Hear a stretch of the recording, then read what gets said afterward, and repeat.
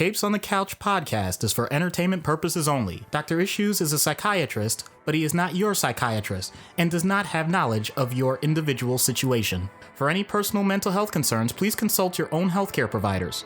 For medical emergencies, please call 911 or the designated number in your area immediately. Remember that you are not alone and help is out there.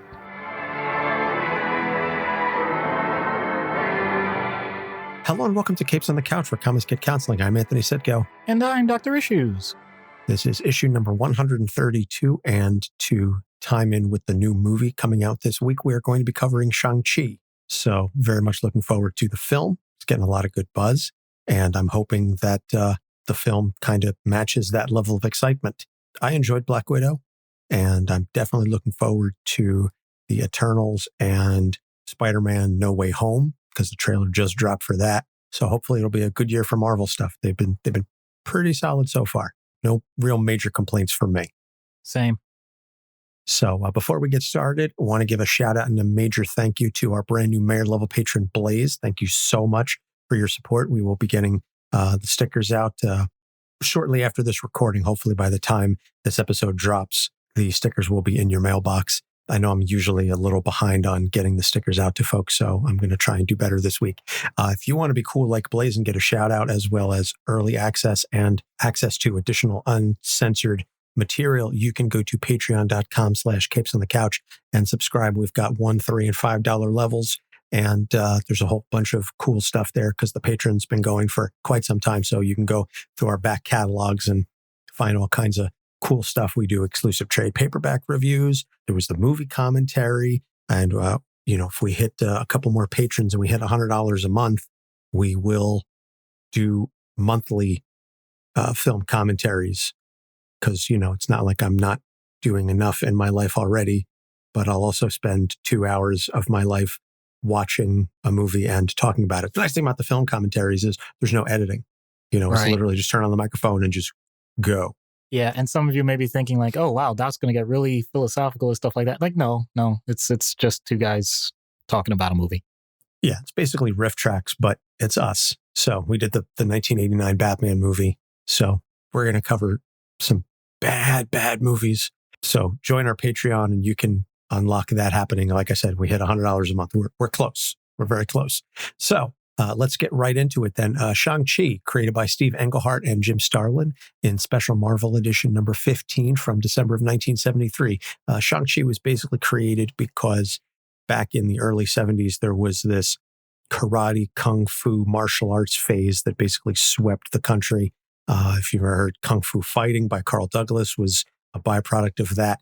And so Marvel wanted to create a kung fu character. They actually wanted to do a comic series based on the television series Kung Fu, but DC had the rights to the story. So Marvel said, we don't have Kung Fu, but we do have Fu Manchu.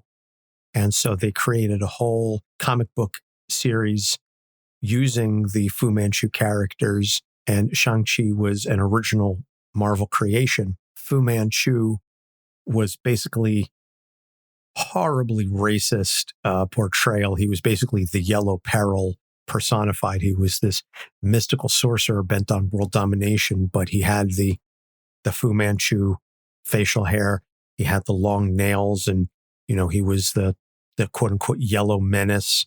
I'm apologizing as a white person for that trope, and I'm using it because that's what it was called. That's not my term for it. I just want to be clear on that. So Shang-Chi was introduced as the son of Fu Manchu, who had a white mother who was chosen based on her genetics. And apparently I've read that him having a white mother was editorially mandated because I guess he could be Chinese, but not too Chinese.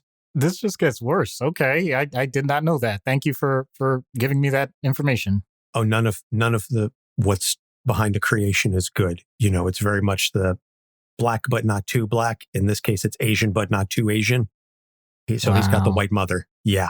It was rough. And reading the early books now in 2021, you read some of those early books. That's... And you look at them and you go, ooh, no. It's bad when Oriental is used as like a neutral. Yeah. So Shang was raised to be an assassin, and serve his father. But on his first mission to kill one of his father's rivals, he ends up having a change of conscience, and he discovers that his father is actually the true evil. So a lot of the early Shang-Chi stories largely were based around defeating his father's henchmen and doing everything he could to stop him. And as I said, a lot of these stories were based heavily in the racist Yellow Peril tropes. It's just there's what they were, how they were written. I'm not proud of it. It's kind of, again, shameful to read in this modern era, but it is what it is. But the artwork was fantastic. So there's that, I guess. He was often teamed up with other martial artists like White Tiger, Iron Fist, and the Daughters of the Dragon. So after finally destroying his father's organization, he retired to become a fisherman. But he was drawn out of retirement to assist some former colleagues at MI6. He joined the Marvel Knights, which was run by Daredevil and financed by Moon Knight, to take down the Punisher and stop his extrajudicial killings. He joined the second iteration of Heroes for Hire during the Civil War event and began a relationship with Tarantula, although it was over quickly because of her violent tendencies. He joined the Secret Avengers to help track down his father, who had been resurrected again. And because at this point, Marvel no longer had the rights to Fu Manchu, it was revealed that Fu Manchu, which they couldn't use that name, but Fu Manchu was merely one of his many nicknames. And they discovered that his real name was Zheng Zhu.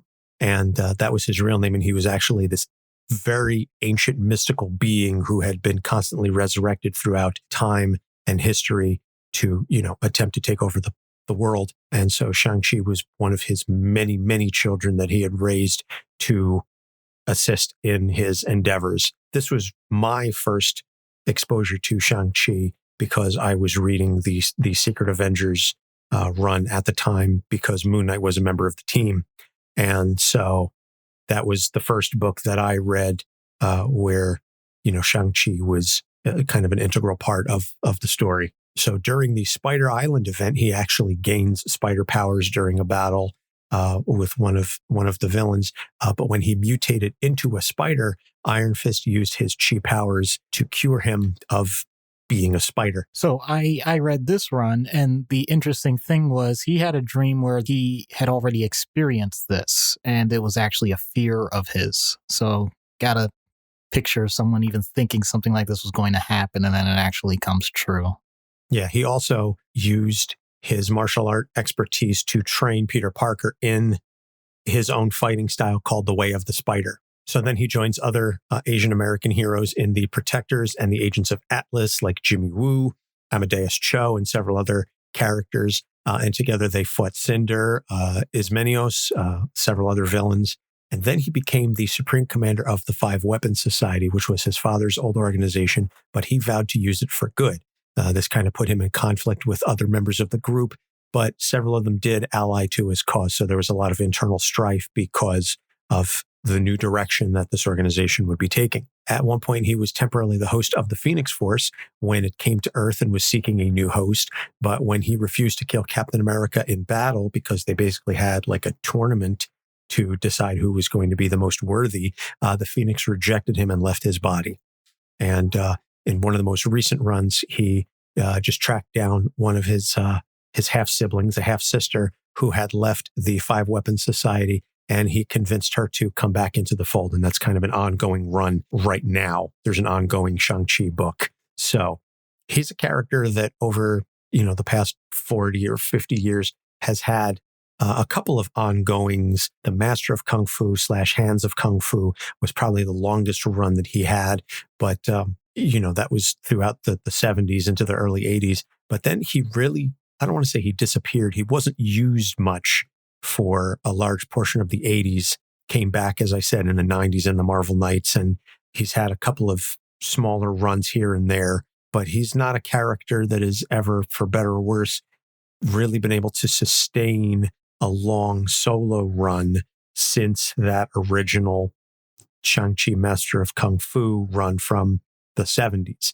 And so we're going to get into his issues then. And the first one, which is kind of interesting that we're bringing this up because Matt, our present level patron, has a theme coming up that we're going to get into in several weeks about children of villains and the various ways in which that trope plays out.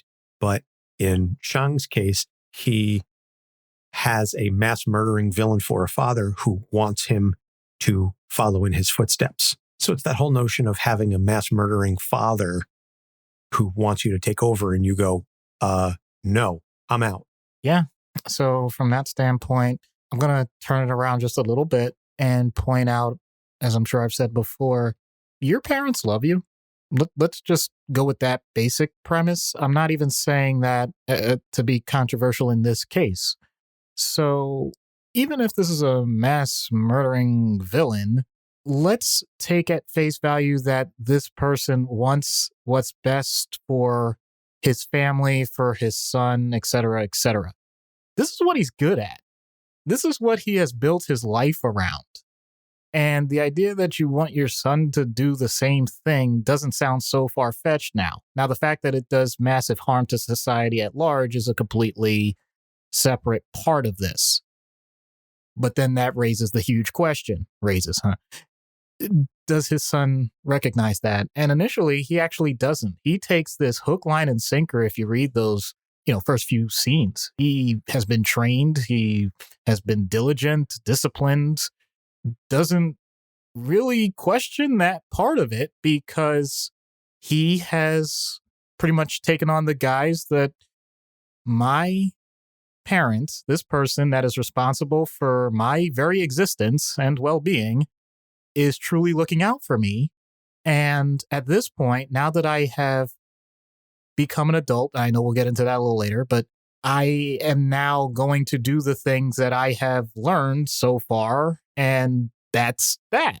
Thankfully, for everyone in the comic universe, Shang-Chi is able to interact with others in his own way and doesn't have the same system of interaction that his father does. So it isn't as blind for him. Although even then, that takes a couple of interactions, not just the first one. And also an interaction with his mother, who clearly is in multiple ways, on the other side of the world and just the complete other side of existence in terms of what you would expect life to be. So he has a bit of a balancing force there. But how does that play out then for most of us in our lives? Well, I know we've talked about the idea that no parent is perfect, and we just had a huge parenting kind of episode already with Jim Gordon Jr. But in this case, it's not just whether or not your parent's not perfect. It's what if your parent is actively doing negative things and doing it on a consistent basis, and yet that is the world that you know. So, as I've said before, that leaves everything open. We could take it, though, at face value once again that there's enough outside exposure, be it in this case, if you have friends, if you have other family, if you have general exposure to society via the media, you're going to learn that your parents' way is not the only way. And you, unfortunately, not to sound as dramatic as the comics, but sometimes it really is as dramatic as the comics, you have a choice. Do you just continue with what you have been exposed to, like directly and at the earliest age, or do you forge your own path? That's something that's going to automatically be filled with a lot more emotional experiences and a greater variety of emotional experiences than if you just follow the rote path. So on one hand, you have something that's considerably, from an emotional and psychological energy standpoint, a lot easier to do. And that's just do what your parents did. Or the other side that ultimately may yield better results for you, but is going to be incredibly taxing, incredibly draining, because you are now doing something that more than likely is going to be on your own. And not to overgeneralize, but when people are doing things that are incredibly damaging to themselves and others, they often are not going to be supportive of those that are trying to do something different within their own close circle of influence. In other words, you're going to get crapped on badly. So we're not just talking about your own internal struggle. We're talking about the fact that this other person's probably going to be trying to wreck shop.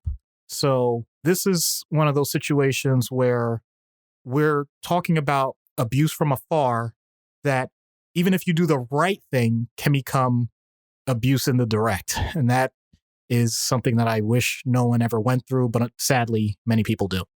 Yes. Unfortunately, the notion of a horribly abusive parent is not something restricted to fantasy or fiction. It is sadly all too real. The only real fictional part is about the megalomania and the global domination part. I would say the global domination part, even the megalomania, is certainly real enough, and which is incredibly sad to think about in and of itself. But getting into then, I think this provides a good segue into the next topic then.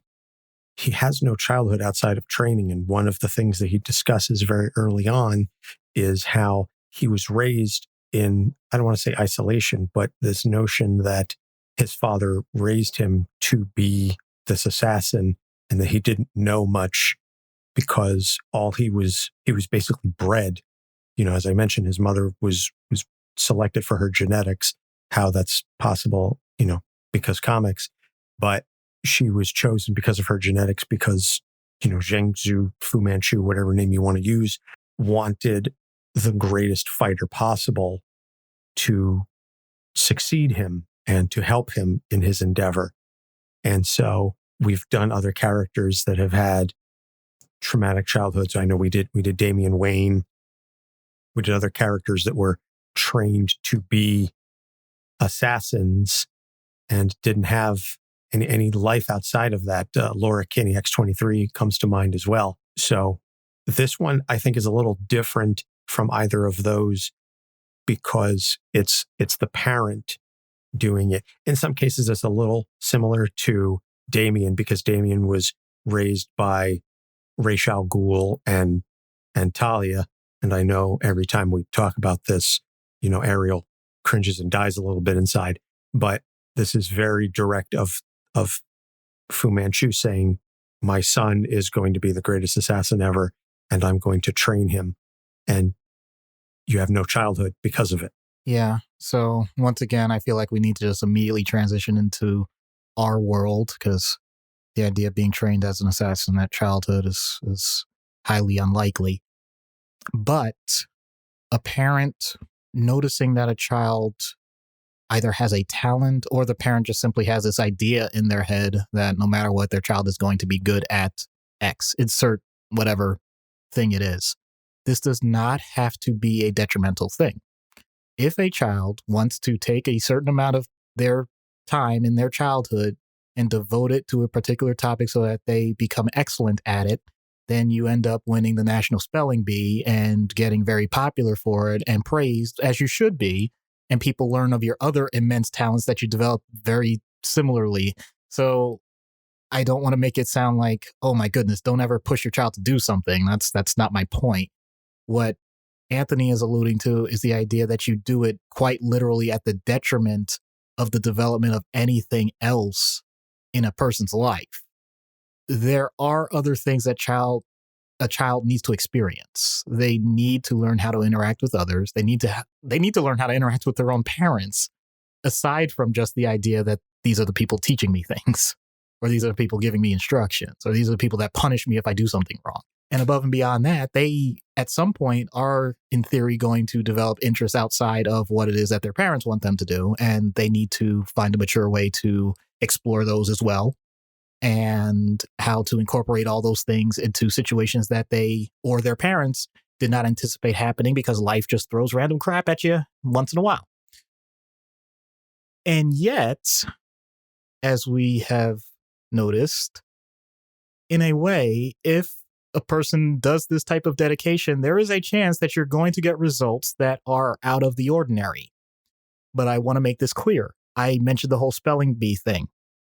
Yes, that was one child that wins the spelling bee, as opposed to the 10 runner-ups on top of the 50 statewide people that also have their hundreds of runner-ups, in addition to the counties for each of those people that have their thousands of runner-ups, in addition to the classroom winner that never got to get to that level because they couldn't pass the written example for those types of exams. What I'm saying is it doesn't scale. What I'm about to say is not meant to be as negative as it sounds. You are not. There is a high unlikelihood that you are ever going to be that one of those billions now. Okay, we have billions of people in this world.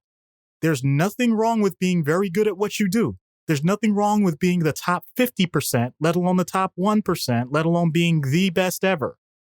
But if your parents, and we have, I'm sure, adolescents that are listening to this, if that's the case, if your parents are telling you that you are the absolute best, I would just say make sure that you're getting some outside professional agency to verify that, because parents sometimes get so myopic in what they're viewing that their child is this special individual able to do absolutely whatever this one thing is perfectly compared to everyone else, and will not let it go because they know that it's going to be the one thing, which creates a fallacy, the one thing that is going to lead to the perfect life. These are all the subplots to why people go these routes. They usually think that it's going to solve everything in their lives, even if it's just through their child. And sometimes the child itself latches onto that. And honestly, there are some adults that still latch onto this. I see it every day. It's very, very, very unlikely. I won't say never, because obviously there always has to be someone that ends up doing it. But this isn't just putting all of your eggs in one basket. It's literally having only one egg, and you're putting it out on a ledge with no nest and saying, because the egg itself is so absolutely perfect that nothing's going to happen to it. Think about that. Just think about what you would need to have go right in every category. Things that are outside of your control that have to just happen perfectly at the right time, right location, right interaction, circumstance, all those things. And you're putting all of it. You're basically going to the roulette wheel, putting it all on 00 and saying, I got this. I think that's a really dangerous way to have a child live their life. No argument here. And I'm just still trying to kind of follow that metaphor. That was a very interesting. You ever heard of don't put all your eggs in one basket? I know. Okay, well, there's I know that expression. Okay, well, there's a variation to it, though, that also I think is valid. You can put all your eggs in one basket. Just watch that basket really closely. So, that's a variation on it. I get it. It was just, I was trying to follow it. Yeah. Well, basically, a lot of times people think that they're doing someone a service by saying, take this one great talent, or take this effort, take all this energy, focus it on one thing and do it, and it'll yield better results. It's like, yes, but to what end? Are you really building a mountain, or are you building an anthill and not knowing it? I mean, it may be the greatest anthill ever. It may be spectacular, but it's still an anthill. Just saying. All right, fair enough. So that issue segues well into the third one. He was raised thinking that the Western world was terrible and was out to get him. And because, again, he had been raised in isolation for so long, he knew nothing of the rest of society, for better or worse. And this was really a trope earlier on. It's less so in the current runs, but I think it's something that we don't often address on the show. So I wanted to bring it up, is he's kind of a fish out of water in the early stories because he doesn't really know how to interact with a lot of people. He walks around no shirt, no shoes. He's wearing a gi also, which really isn't the proper quote unquote kung fu attire. Again, you have white people writing and drawing what they think the stereotypical characters would look like. But as I said, he's very much a fish out of water, and we don't cover too many of those on the show. So I wanted to give something different for us to talk about. Yeah, a combination of naivete, inexperience, culture clash, inherent biases. So the idea that not just you think based on what other people have told you is the truth, but you are now using projective identification, and you are now using everything through that lens and seeing everyone through that lens, so that any contact that you have with others is already going to be skewed. So it's fascinating because in this case, if we're talking about, let's just go ahead and I apologize for this being too broad. If we're talking about Asian cultures and expectations versus other Western cultures and expectations, that is not insignificant. That actually is huge, and something that, especially for multiple generations ago, was almost a non-starter in terms of being able to live a normal life, to the point that there are some times where, once again, it's, it may be paranoia, but that doesn't mean they're not out to get you, where we have a horrible US history with this, and I don't want to ignore that. But also to say that, I think we can generalize it, though, regardless of which particular cultures we're talking about. Just the idea that you don't understand nuance. You don't understand that what you're doing may not just be a little different, but may actually be considered offensive, may be considered shameful, may be considered a unintended threat, depending on how you are saying things or how you're doing things. That is still, though, less likely in terms of the outcomes. What's more likely is you feel that way. You feel like the spotlight is on you. And to a certain degree, there may be people that are looking at you because you're different, but the magnitude is usually much greater for the person experiencing it compared to everybody else around them. And it doesn't have to be as broad as saying a completely different culture. If you went to, and yes, I'm outing myself, if you went to a relatively small high school and you go to a large college campus, and now you see people wearing different things, acting a different way, listening to different music, having different goals in life than anything you ever anticipated, different backgrounds growing up, all these things. And now you're sitting in class, you don't really know anybody just yet. Professors now calling out names, all this sort of thing. Immediately, many people just think, oh my God, I am such a loser. This is not going to work for me. I can't believe everybody hates me. No one said that. No one came close to saying that. And yet we build our own internal dialogue and sense of self-doubt because we don't have the proper interactive cues to discern what's indifference or people going about their own lives from what we perceive as everyone paying attention to us. So that can be at any level, any stage of life. I just gave that college thing as one example. That can be a new job. That can be relocating to a different part of the country or even a different town, even if it's still local. That can be anything. You join a new group, a new club, you go into a gym for the first time, whatever. I'm just giving all these as different examples, but that experience is something that all of us do. And there are two ways that I've noticed people deal with that. Some people point out this is the cost of doing business, and they're able to just, whatever you want to call it, power through or incorporate it into their lives as to how they're going to function.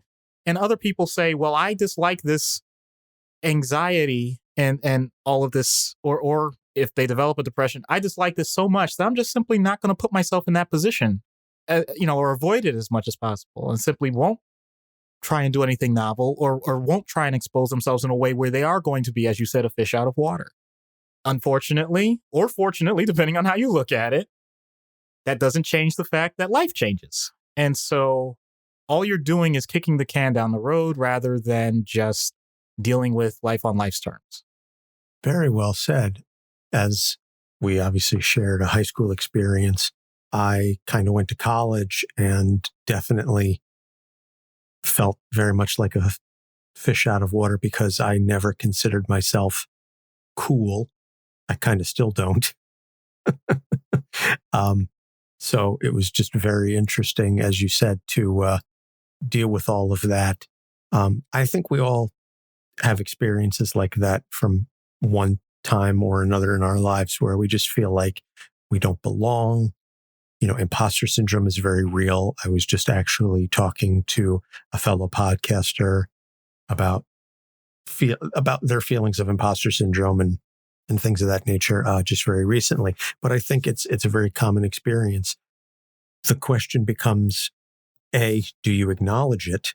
Do you acknowledge that this is how you're feeling? Or do you just, I don't want to say turn a blind eye, but do you deny that you're struggling with this? And then do you change yourself to fit the narrative? You know, this is something that we were discussing last week in the Jim Gordon episode about this idea of people who are insecure and unsure about their identity. So when they have those moments, when they experience those feelings of feeling like a fraud or a fish out of water or just not really belonging, that they go with the flow rather than stay true to who they truly are. And I think for someone like Shang-Chi, even though he was a fish out of water, and even though he was very much struggling with his identity and his purpose very early on, because he had all of this training and all these gifts that he had been given, and it was for the wrong purposes, he was still very secure in and of himself to not say, I'm going to become this new westernized person.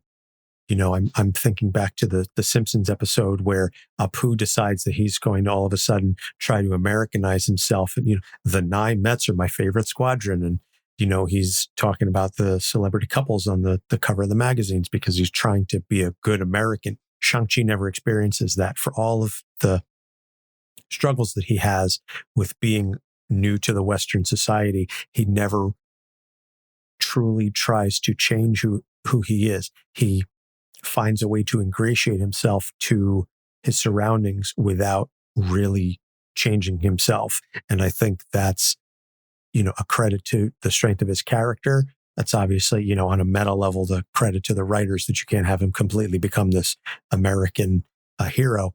But I think it speaks volumes to a lot, in many ways, the immigrant experience, this notion of still retaining your connection to your home country, your home culture, while still managing to find a path in this new world and trying to find a way to make it work. I think in many ways, it's a microcosm of the experience of many immigrants, even though it was written by white men. I think that in that respect, it was at least not disrespectful to the Asian diaspora to say, we're going to completely Americanize him and take away everything that makes him Chinese. Whether or not that it was authentically Chinese is, you know, questionable, but at least it wasn't presented as, and now we're going to take this Chinese man and Americanize him.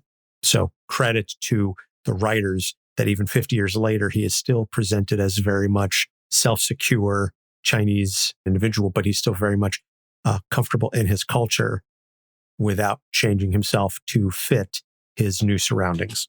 Well said. So we're going to take a break and we're going to plug our sponsor, BetterHelp, and some other shows. And then when we get back, we will get into treatment. So stick around. This podcast is sponsored by BetterHelp. Is there something interfering with your happiness or preventing you from achieving your goals? BetterHelp will assess your individual needs and match you with a licensed professional therapist. You can begin communicating within 48 hours. It isn't a crisis line. It's not self-help. It's professional counseling done securely online. BetterHelp has a network of over 15,000 counselors with a broad range of expertise. You can log in and message your counselor anytime and get timely and thoughtful responses. You can also schedule regular video or phone sessions. No waiting room required. BetterHelp is committed to facilitating great therapeutic matches, so they make it easy and free to change counselors if you feel you don't have a good connection. It's more affordable than traditional offline counseling, and financial help is available. BetterHelp wants you to start living a happier life today. Visit betterhelp.com/capes, that's better HELP, and join the over 1 million people taking charge of their mental health with the help of an experienced professional. Special offer for Capes on the Couch fans. Get 10% off your first month at betterhelp.com/capes. Hi there. We're so sorry to interrupt your regular podcast listening, but we just wanted to introduce ourselves. I'm Bonnie. And I'm Anna, and we're the hosts of Freudian Sips, a podcast about brains, beverages, and other BS. We are a mother and daughter who are both licensed counselors, and we like to get together every week or so we can have a glass of wine and talk about whatever cool psychology things interest us and our listeners. So if you want to hear two slightly tipsy therapists therapists chat about historical psychology theories and the people who made them, questionably ethical experiments, mental health and illnesses, and other fascinating stuff, then you should listen to us. So pour yourself a drink and tune into Freudian Sips on Spotify, iTunes, or wherever you listen to podcasts. Cheers. Hi, I'm Saladin Ahmed, and this is Capes on the Couch. Welcome back. So treatment in universe for Shang-Chi. And again, him being a hero, very self-secured. This is one of those things where we're not looking to completely cure him. We're looking to address some things that he may need help with. Yeah. And it's fascinating because I feel like he has had the type of journey where he's doing this for himself. So I feel like I'm just more of a once in a while check-in. I really was struggling because even reading back, I'm like, man, oh man, he really does seem to have it together. I'm not sure how much I'm adding. The one thing I'll say is his ability to sense people's energy is something that's been touched on several times, but I don't think it's used to great enough effect for someone like him. And actually, this is going to get into out-of-universe treatment as well, but I think that there's something more there. And I don't know if this has to go more like mystical realm, like a Doctor Strange. I don't know if this is more of one of our telepath realms with any one of those, but I think that would be the pathfinding thing that we would have to do. Like, I'm not sure I understand how he does what he does from that level. I'm not talking about Kung Fu or any of the martial arts, although in a way I am, because there is a huge psychological component to those. But I'm saying that the energy part, whatever that is, I think that can be honed to the point that although he is not considered a superpowered being, dare I say, I think that is something that could be developed to a superpower level if he had the right kind of guidance. So that's what I would be looking at. Well, it's funny you bring up the idea of him being superpowered or not, because it's often referenced that he is compared to Iron Fist in many ways. Danny has, the power of the Iron Fist with the mysticism behind it. Shang-Chi has no powers. Shang-Chi is literally just the greatest martial artist in the universe with no powers. And any use of his chi powers is just directly through his training and is not mystical or supernatural in any way, at least not, really that I've seen. So it's very interesting that you would want to incorporate that in a sense. So let me just go ahead and say this for anybody that's wondering, why am I even going this route in universe? Basically because I want to recreate Goku, Dragon Ball Z type stuff. That's really what I want. I'm saying, like, let's just go ahead and see if we can break through this barrier and just make him like truly OP. That's what I'm getting at. You want to find out if his power level's over 9,000. So out of universe, then, I wouldn't obviously focus so much on the martial artists. I would focus on the childhood, someone who feels disconnected from society, from a cultural perspective. These are the kinds of things that I think, at least from my perspective, that I would want to focus on for a real person. Yeah. And this is where you need a certain breadth of training, not just the depth in terms of psychiatry, because knowing the medications and even knowing the basic types of psychotherapy is not quite what all of this is about. As we learn more, for example, for all of healthcare, we're creating a more systematic version of how to handle what we call trauma-informed care. It's the idea that the first interaction a person has, be it with a receptionist, administrative assistant, nurse's aide, nurse themselves, doctor, any other tech, associate, all of those things are vital to how a person experiences their healthcare after they've gone through a traumatic experience, or at least willing to talk about a traumatic experience. And it's something that we've swept under the rug for a long time, not intentionally, but just treating it very haphazardly, just not putting it at the forefront where it should be. So that's the first thing, making sure that we recognize that if that is something that needs to be addressed, let's make sure we all bring it to the forefront. second, the cultural part is crucial, especially if we're talking about Asian cultures where there are a plenty of complementary and alternative medicine techniques that should not be marginalized. And this is where I think I lose some of my colleagues because they're going to be like, Doc, don't go there. Please don't give this credence or whatever. And I'm like, guys and gals, if you have questions about these things, it's better to ask than to dismiss. So my point is, meet a person where they are. If a person is used to certain modalities or things that are culturally important to them, learn and ask first and find out how that's integrated with what your traditional techniques are. And this works both ways, because I've had patients in my hospital where the family calls yelling and screaming, how dare we treat their child? That's how upset they are, even after suicide attempts. So I'm not saying this as a hypothetical. This is something that is incredibly important. And there are certain cultures that simply dismiss the idea of mental illness or mental health care.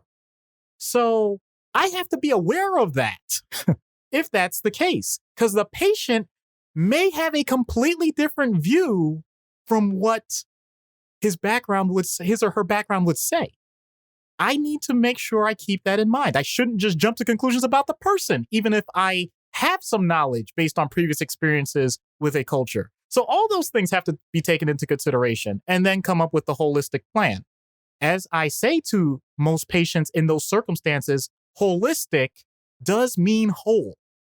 So I have no problem with the idea, for example, of someone seeing someone for acupuncture and then after that having a therapy session and talking out how they're feeling and actually going through a rating scale of how they are pre-acupuncture, post-acupuncture, and pre-therapy, post-therapy. And if both are doing well, then great. Why on earth would I want to, in some way, feel threatened by another practitioner of someone doing something that I haven't taken the time to learn in detail? And this is a key part, especially if it hasn't been demonstrated as being harmful to a person.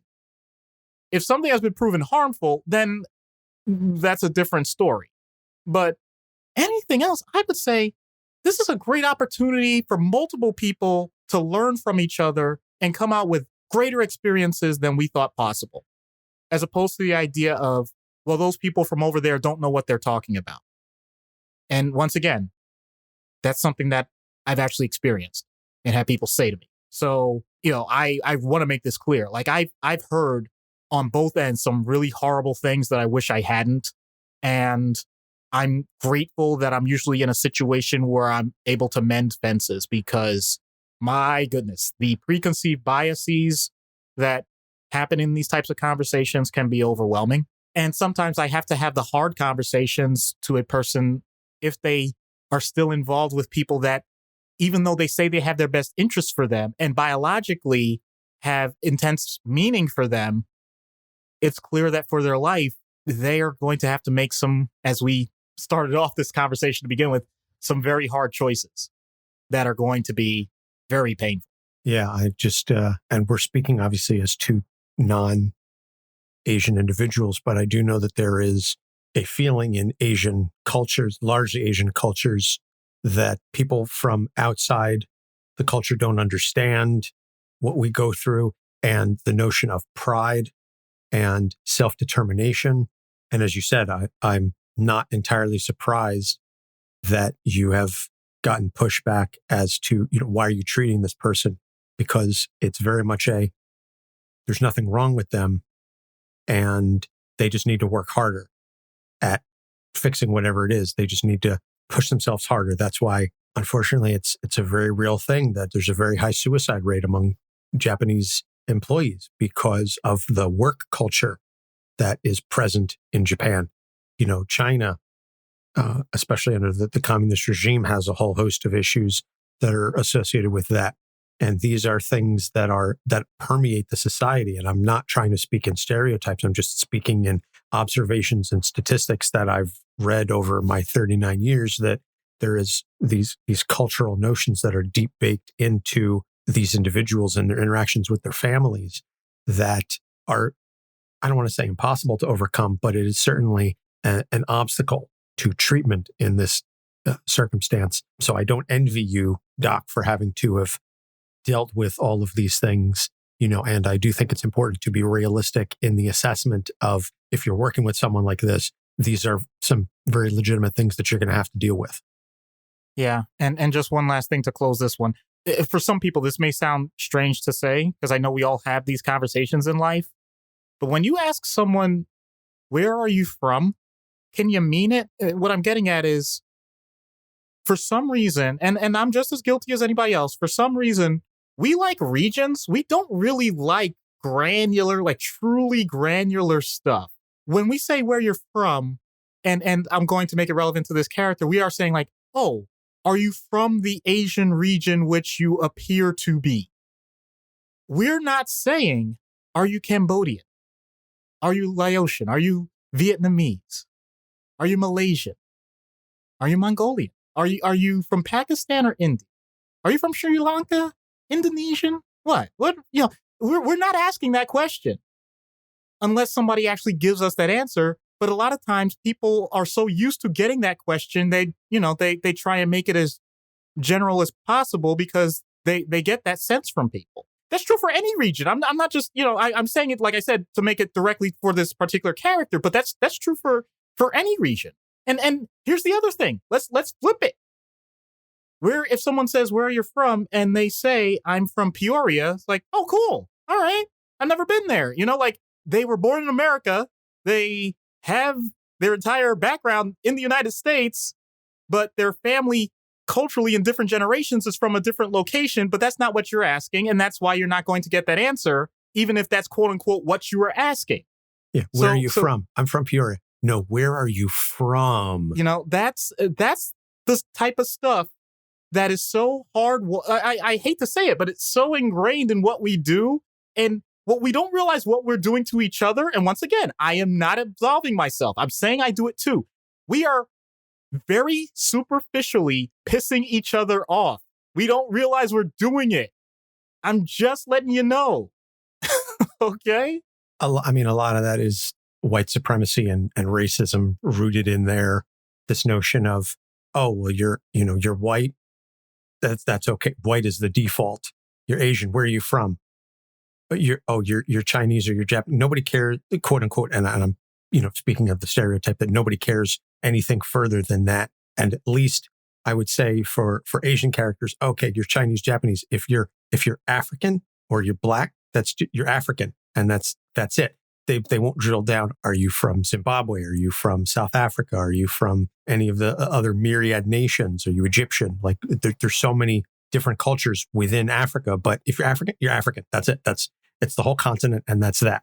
It's sad and it's horribly racist. But you're Spanish, or you might happen to be maybe Mexican, maybe Cuban, Puerto Rican in the United States, and that's as far as people go. You know what I mean? Otherwise, you're Spanish, which means it's just about anywhere else on the globe. I mean, it's just it's horrible. So we are going to see what happens when we get Shang-Chi on Dr. Issues' couch. And as a side note, I just want to, as a disclaimer, I did reach out and I attempted to find a podcaster or someone of Chinese descent to play Shang-Chi. I was unsuccessful. So I will be voicing Shang-Chi for this episode, but I'm not going to attempt to do yellow face. I'm not going to do any sort of accent because no, just no. So apologies. And I just wanted to clarify all of that. So with that being said, we'll get Shang-Chi on Dr. Issues' couch. Hello, Shang-Chi. I'm Dr. Issues. Greetings, Doctor. I tell you to make yourself comfortable, but it seems you've already done that. Comfort is a luxury seldom offered and even more rarely accepted. Forgive me if this ironically makes you uncomfortable. No, it's fine. We don't have a no shirt, no shoes, no service sign out front for a reason. I mean, this is a place for calm and peace. I'm Sure, you mean well when you say that and truly believe it, but sadly, Doctor, wherever I go, chaos follows me like a tail attached to a cat. I am certain this office will be no different. That must be difficult to deal with. I long ago accepted my fate. My father's influence is far-reaching, and even without him, there are many who would seek to usurp the title of Master of Kung Fu. Even as I agreed to meet with you, I pondered whether there was a chance that this was a trap for a sneak attack. I'm certainly glad you trusted me enough to come here for what it's worth. What made you finally agree? I spoke to some trusted associates who have been clients of yours. Their experience and faith in you was enough to convince me. So now that you're here, what do you want to discuss? At this point in my life, I am trying to transition my path to one of less fighting. However, as I said, so much of what I do involves martial arts that this seems impossible. No forks in the road. That's one way to look at it. I'll pause on that because I see on your face that there's more to it. I know that you think I'm being blind to other options, but it is not as you say. I have taken service jobs. I have been a teacher of the craft. I do not wish to abandon all that I know for the sake of comfort. And still, something haunts me. Other noble heroes invite me. If I'm not asked first, then I'm chosen as a consequence. I'm thankful that I have survived so far, and I do not fear death. But there is this pestering essence that the world does not accept me as I am. That's heavy. It's rare that I'm taken aback by someone due to their eloquence. I have to admit, I got lost in it. Forgive me for being rude, but your statement itself is an example of it. Huh? I'm still lost. You said I speak well. Oh my God. Okay, I am so sorry I did that. I've had that done that to me. I'm an idiot. I would never mean to do that on purpose. Your chi is genuine. But do you realize how common that is? How through no forethought, we are verbally sparring? I know that is how it will be for the rest of my life. At least, that is how I perceive it. Perception is reality. I won't hide my mistakes, and I'm thankful for your latitude, but that tells me your experience has been way more hostile than a random faux pas. And you have quickly redeemed yourself. Yes, there are blatant examples that happen. How am I supposed to grant grace to those who do not do the same? Unfortunately, my father did me no favors. I carried a similar yoke of disdain across my shoulders for those I only knew through his eyes. I am grateful for my enlightenment so many years ago as a young man, but I feel those same shackles weighing down those around me when they see me, not knowing what to make of me, what to say, fearful or angry, and not even understanding why. It's not your or anyone's singular purpose to enlighten every individual. You'll make yourself feel worse that way. Focus on the successes, be they 1 or 1 million. But it is not just the common man. I was chosen by the Phoenix Force once. I fought Captain America. I had proven myself. But because I showed grace, I was eliminated by Phoenix itself. And still, I would make that decision again. A worthwhile and rigorous process is the true path, regardless of the outcome. Thank you for reminding me of basically what I learned from my own attendings and what they taught me. But, using a great thought process, even when all emotions say ignore it, that is true mastery. It is fair to say we understand one another so far. Oh, believe me, it's hard for me to keep my chill when someone calls me. Wait. What? Something is amiss. I don't. Silence. Get down. Shang-Chi, the White Dragon calls for your death. Who's the White Dragon? Unclear. There have been several with that name. I watched the last one die. Beheaded by my brother.